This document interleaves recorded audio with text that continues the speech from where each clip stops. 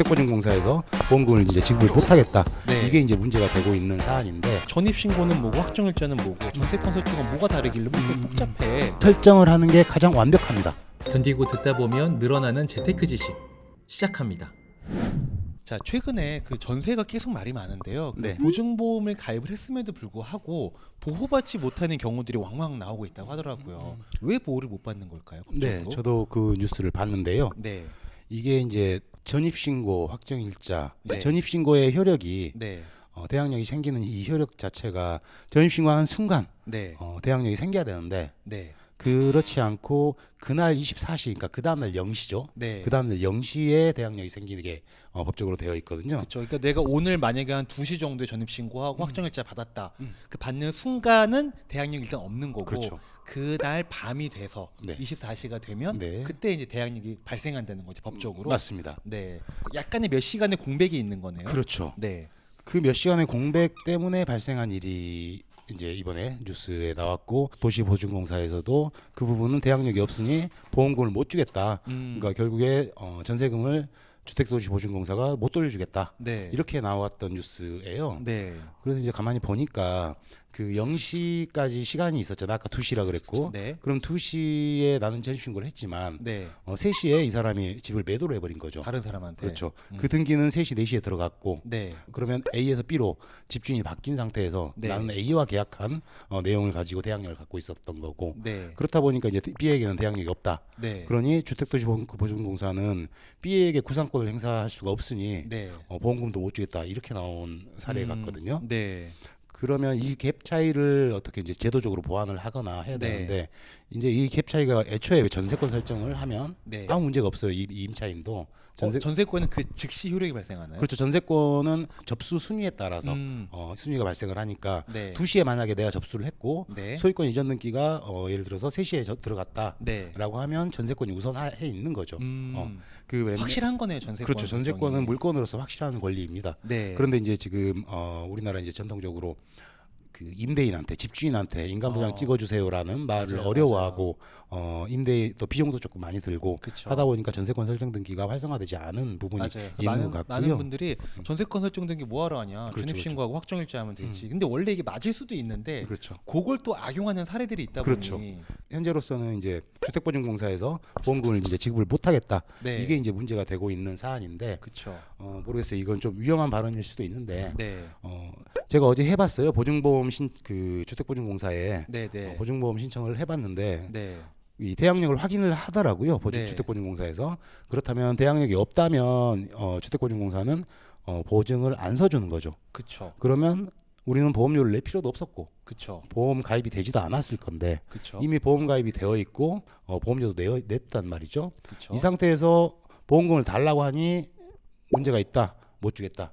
이건 주택보증공사의 귀책, 이 공사의 귀책도 있는데 그 자기 책임을 조금 등한시하는 것 같아요. 그렇다면 모르겠습니다. 이건 제 개인적인 생각인데 네. 전세 보증금 반환은 주택공사에서 못하더라도 네.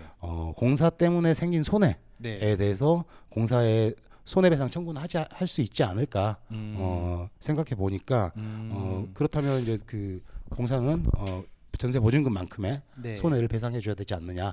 뭐 그 갭이 조금 줄어들어서 손해액이 이제 조금 깎일 수는 있지만 이런 부분도 한번 생각해 볼 수 있을 것 같아요. 그렇네요. 진짜 말씀 들어보니까 대항력이 있는 사람만 보험 가입을 해주는 거였잖아요. 그렇죠. 그럼 반대로 얘기하면 보험 가입이 됐다는 얘기는 대항력이 인정됐다는 거잖아요. 그렇죠. 공사로부터. 네. 근데 보험금 달라고 하니까 너 대항력 없잖아, 안 줘. 그때는 된다고 하고 지금은 안 된다고 하는 꼴이 돼버린 거니 맞습니다. 거기에 대해서 우리가 전세금은 못 받아도 말을 바꿨으니 나는 네가 말 바꾸는 바람에 피해를 입었다. 그 손해에 대해서 보상을 해줘라 네. 라고 청구를 해볼 수 있다 네. 라는 말씀이신 거죠. 네. 이게 여태까지는 이런 사례가 따로 이렇게 나와서 판례가 있거나 그러진 않겠지만 좀 시간이 지나면 네네. 분명히 그런 얘기들이 좀 나올 수 있겠네요. 그렇죠. 네, 일단 오늘 저희가 한 가지만 더 여쭤볼게요. 네. 대항력 이거 되게 어렵게 생각하시는 분들이 있으시거든요. 아니 전입신고는 뭐고 확정일자는 뭐고 전세권 설정은 뭐가 다르길래 뭐 이렇게 복잡해. 들어는 맞는데 뭔지 네. 명확하게 정리가 안 된단 말이죠. 네. 그래서 제가 이렇게 질문 좀 드려보겠습니다. 전세권 설정하는 것과 네. 전입신고하는 것 그리고 확정일자 받는 것 네. 이거를 좀 구분을 좀 부탁드릴게요. 일단 아까도 말씀드렸지만 전세권 설정을 하는 게 가장 완벽합니다. 네. 전세권은 민법이 정한 물권이고요. 네. 등기에 공시가 되고 네.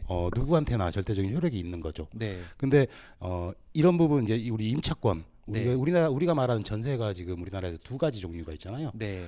실제 그냥 채권적 전세라고 하죠. 네. 채권적 전세 내가 보증금을 내고 그냥 살다가 나올 때 보증금을 돌려받고 네. 아무런 어떤 공시는 하지 않고 등기하지 않고. 그렇죠. 등기하지 않고 등기하지 않으면 채권적 전세라고 그렇죠. 하는 그리고 거죠. 등기한 게 물권적 전세죠. 네. 전세권이 있는 음. 전세권은 잠깐만요, 법무사님. 채권과 물권이 좀 구별하는 이유가 있으실 것 같은데. 네. 이유가 뭔가요? 채권적 전세, 가장 물권적 전세. 가장 채권과 물권의 가장 큰 핵심은 상대적이냐 절대적이냐. 네. 물권은 누구한테든 내가 주장할 수 있는 권리고요. 네. 소유권이 가장 대표적인 물권이죠. 네. 이 부동산이 내 소유다라고 하면 어느 누구도 그 소유권을 박탈할 수 없죠. 그렇죠. 누구한테든 내 그렇죠. 집인데. 근데 채권이라는 건 상대적인 거죠. 네. 나는 당신에게 채권이 있어요. 당신은 나한테 이를테면 100만 원을 줘야 합니다.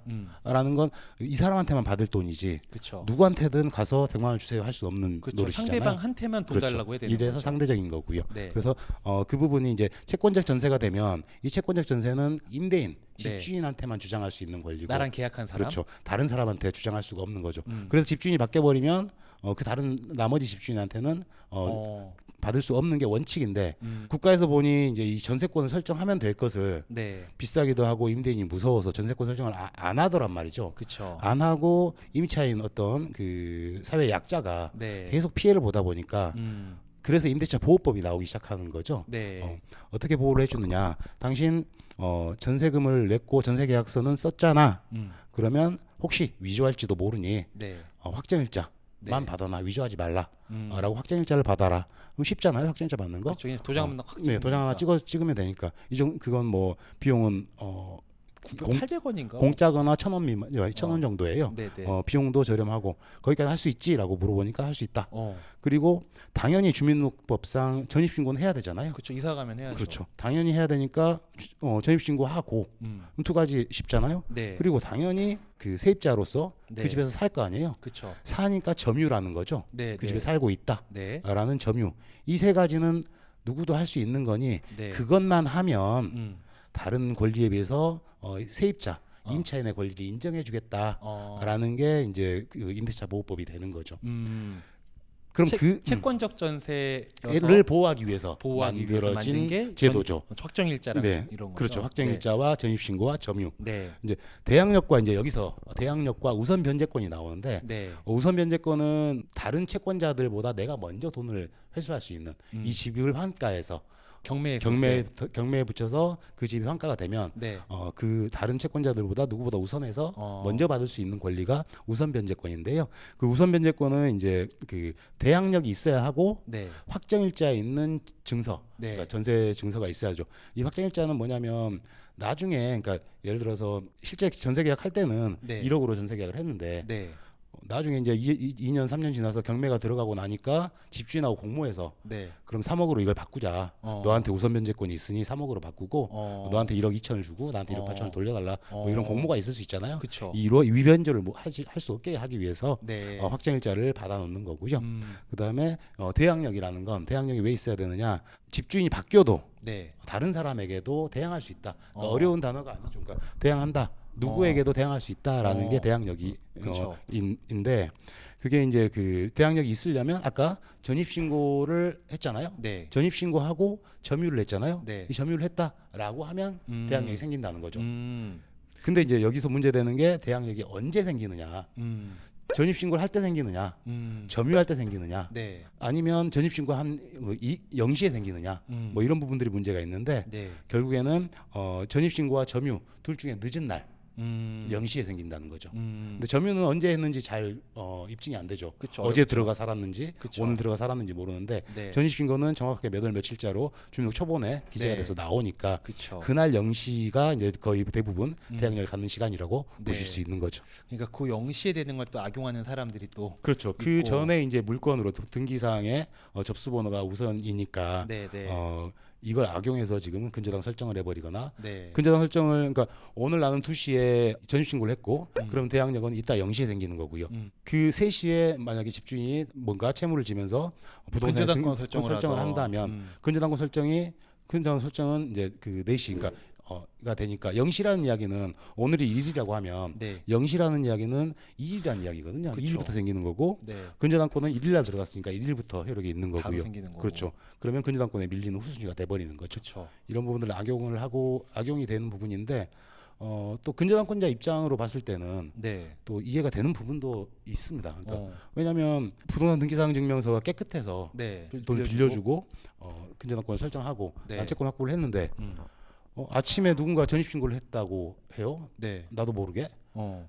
그러고 그 사람이 1순위고 나는 돈을 빌려줬는데 돈을 회수를 못하는 거죠. 아. 근저당권이야 물권까지도 갖고 있는데도. 어. 그럼 이 균형을 어떻게 맞추느냐 이게 이제 그렇네요. 제도적으로 보완할 방법인 거죠. 약간 태길이 될 수밖에 없는. 그렇죠. 우리가 그 신청한다고 해서 뭔가 그 근저당권 신청을 하던 확정일자를 받던 전입신고를 하든 뭘 하던 신청하는 순간 바로 등기사항 증명서에 나타나는 게 아니니까. 그렇죠. 네네. 근데 우리가 거래할 땐 다 등기사항 증명서를 보고 네네네. 하니까 맞습니다. 이 갭이 발생할 수밖에 없는데 그동안은 현재까지는 근저당권 이런 물권이 더 우선한다라는 그렇죠. 거죠. 이제 근저당권이 다음 날 설정이 되면 되고 네. 그래서 이제 이런 걸 좀 예방하려면 네. 최소한의 안전장치 그러니까 전세계약서에 네. 오늘 날짜 임대차 계약서에, 임대차 전세 계약서 임대차 계약서에. 그렇죠. 임대차 계약서에 적어도 오늘까지는 음. 당신이 대출을 받거나 네. 매매를 하거나 어. 등기 사항에 변동을 주지 않아야 한다. 어. 내가 확정일자를 받고 대항력이 생긴 이후에 네가 뭘 매매를 하건 설정을 하건 그건 내가 관여치 않겠다. 않겠지만 적어도 오늘까지 대항력을 갖기 전까지는 네. 그 짓을 하지 않는다라는 걸 또 어떤 계약서에 써 놓으면 조금이라도 안전장치가 그렇죠. 될 수 그렇게 있지 계약서에 않을까. 특약사항까지 넣어놨는데 그 네. 사람이 그거를 어기면 그때는 조금 더 이제 형사적으로 사기에 가까울 그쵸. 수 있죠. 그렇죠. 그때는 또 이제 또 구제받을 수 있는 다른 방법이 나올 수도 있으니까 그 집주인도 함부로 못 하겠죠. 네, 사기 아무래도. 치는 게 되는 깜방 갈 수도 아무래도 있으니까. 그렇죠. 네. 좋습니다. 일단 가장 마음 편한 건 사실 전세권 설정이기는 한데 그렇습니다. 그건 또 돈이 또 좀 들어가고 집주인과의 관계가 좀 불편할 수 있으니 전입신고와 확정일자로 대체하려고 한다면 점유와 네. 그럴 거면은 전세 임대차 계약서 작성을 할 때 네. 특약사항으로 네. 오늘 날짜까지 내가 대항력이 생기기 전까지는 등기사항에 그 변동이 없게끔 하겠다라는 거 넣어라라는 네. 말씀이신 거죠. 네. 참 이 법이라는 게요. 하나만 알면 정말 우리를 보호할 수 있는 든든한 방패가 되는데 그렇죠. 앞으로도 실생활 법률 많이 알고 계시니까 부탁드리도록 하겠습니다. 열심히 하겠습니다. 네, 오늘 영상 이 정도로 정리하도록 하겠습니다. 감사합니다.